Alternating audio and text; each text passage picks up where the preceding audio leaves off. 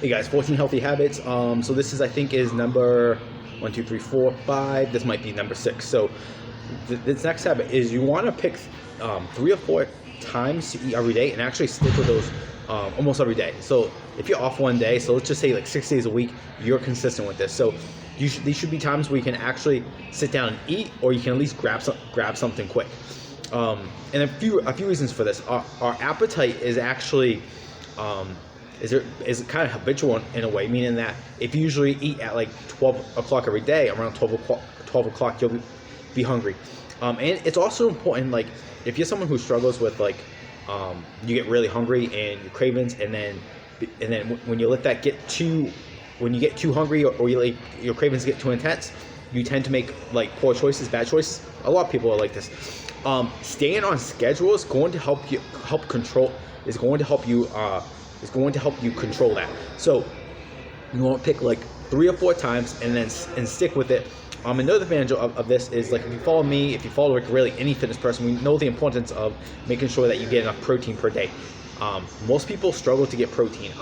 So if you're not eating at least 3 times a day, probably 4, it's going to be hard to get your protein goal, which is for a female, it's probably between, usually most of my clients, 100 grams to 130 grams. For guys, it's probably more like 150 grams to 200 grams a day.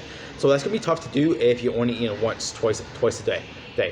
So for me personally, I try, at least right now, I'm eating something. It's usually something quick because I'm working at 7 a.m. I have a bigger meal at 12. I'll have something at 3 o'clock, and then I'll have dinner at 7. And I usually just try to stick with that. Consistency. Now, a lot of people like to do intermediate fasting, and which I did for a while. And if it's working for you, fine, keep doing it. But if it's not working for you, if your food choices aren't that great, if you're going over your calories, consider yourself that maybe intermediate fasting isn't for you. And just a side note with intermediate fasting is just a meal frequency principle. It doesn't make fasting isn't like something that makes fat burning super fast. All it does is it's a way to schedule your meals so it's easier not to overeat.